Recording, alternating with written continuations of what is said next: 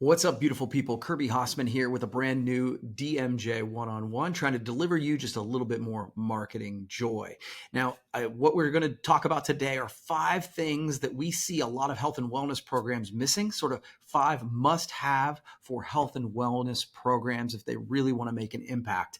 And the goal here is to provide you value and to give you insight and some information to hopefully do whatever you're doing better. And if it is providing you value, please feel free to subscribe and rate the podcast or the video wherever you're watching it.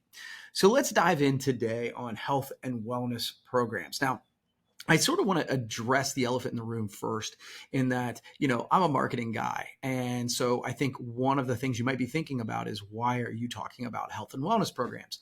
Well, a big piece of what we do is communications. Another piece of what we do is branded merch.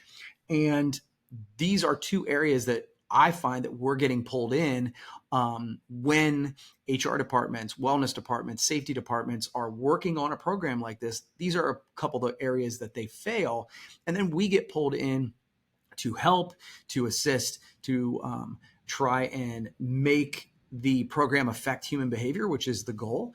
And so that's why we have worked with a lot of organizations in this area. So that's where we've kind of created these 5 things that we see a few of these programs. Even if you have a program and it's going pretty well, most of them don't address all 5 of these. And so I want to talk about that. But before I do, I just want to say, if you don't have a health and wellness program and you are an organization of a certain size, then let me just tell you, I think sometimes we think this is all warm and fuzzy. I think there is a warm and fuzzy component to this. We want to improve our culture and we want people to feel good, because people who feel good tend to be more productive.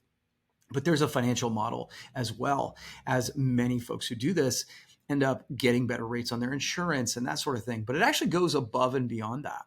A Harvard study said that for every dollar that you spend on a health and wellness program, medical costs will fall by $3.27 for every dollar. In addition, absenteeism drops $2.73. So that's a 6-to-1 return on investment when it comes to creating a really powerful health and wellness program. So while there are plenty of touchy-feely sides to having a great health and wellness program, and I think that those can be really powerful and hard to measure, there's some parts of the program that really are pretty easy to measure as well. And so most organizations having some component of a health and wellness program can really make a ton of sense. And so I want to talk about 5 things that you should have if you're going to create a health and wellness plan that has staying power, that has impact on your workforce. And there are things that not every health and wellness plan has, even if you're working with another provider. So let's start. Number 1, an enrollment plan. Look, when you are creating a health and wellness plan, yeah, you can force everybody to be a part of the program, but it doesn't mean they'll participate. And the fact of the matter is, you want people who are going to be engaged in the process. They're going to try and obviously get healthier, but they're going to try and improve themselves. And I think some sort of enrollment plan is important, because it's one of the things that I say: education is forced. Learning is voluntary. And in order to learn, you got to want to learn. And so that's one of the reasons that I think that you need an enrollment plan, to get people to sign up, but to be engaged in the process. So what's that look like? We call it the 3 E's. You want to create excitement, you want people to engage, and then ultimately you want people to enroll. So creating excitement is as simple as just saying, hey, this is what we're doing. This is how we think it's going to impact people. Get people engaged. And I think getting those early adopters on, so that to help you spread the message, is a part of that. Engage is when you get people to begin to sign up and tell the story and kind of tell their friends. And then finally, the enrollment piece is, you say enrollment as if they're signing up, but I think enrollment is saying, no, I'm going to do this, but I'm going to do it right, so that we can really have an impact on the organization, but also have an impact on the individual. So having some sort of enrollment plan, that might be email scripts, that might be videos that from the CEO that say, hey, we're doing this and I'm going to be a part of it, and the HR team is going to be a part of it. But creating it like a marketing plan. I think a lot of organizations, when it comes to HR, will say, hey, we're putting this out here. We've sent everybody an email, and once we've told everybody, we've told everybody. And this, just like other marketing messages, you have to hit it a bunch of times. It takes time for people to buy in because we're busy. We have other things to do in our lives. And if you don't have an enrollment plan, people won't enroll. Next up, a design plan. So a lot of organizations will just create some sort of campaign around it, and they're just going to use the logo that they already use, that is their company logo. And that's fine. You should be following your brand guidelines. You should be following your brand colors.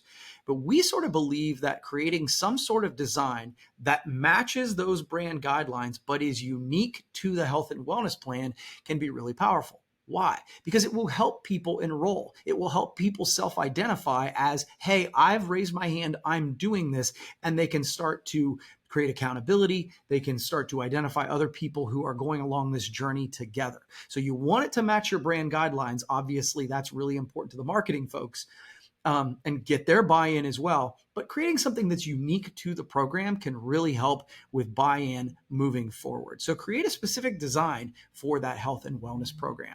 So many of the organizations we see, they don't have that. And so the t-shirt that they give for an employee fun day might look exactly like the same t-shirt as they give away when they get people to enroll in the health and wellness program. So we don't know who's doing what. I think there's value in differentiating that and kind of creating its own design. Number 3, a merch plan. Look, one of the reasons that we got pulled in when this conversation started is usually like, hey, we're doing this thing. Hey, can you get us some cheap water bottles so that we can hand out to anybody who is a part of it?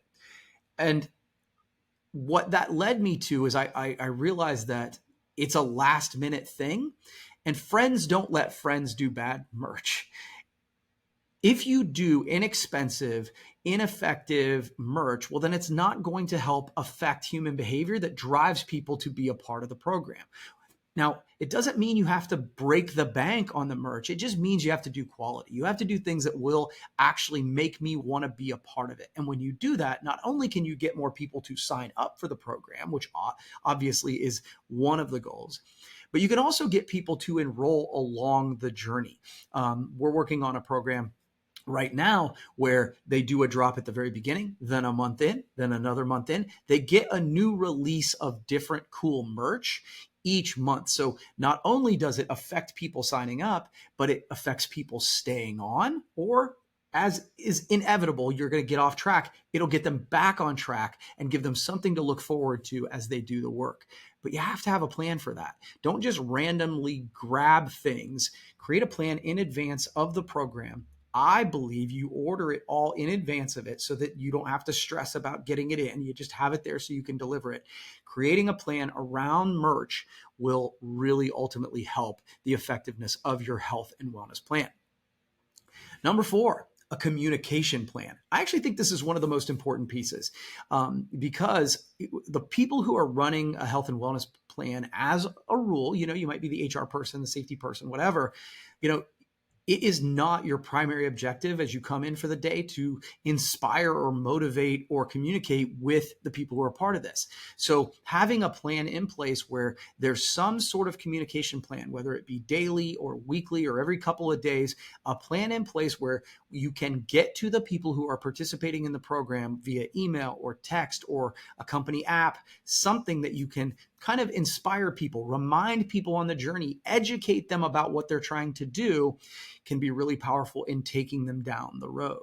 And one of the other trends kind of going outside of this that we're seeing is it's not just about fitness. It's not just about six-pack abs. It's not just about weight loss. Mental health component of this should be a part of this communication plan.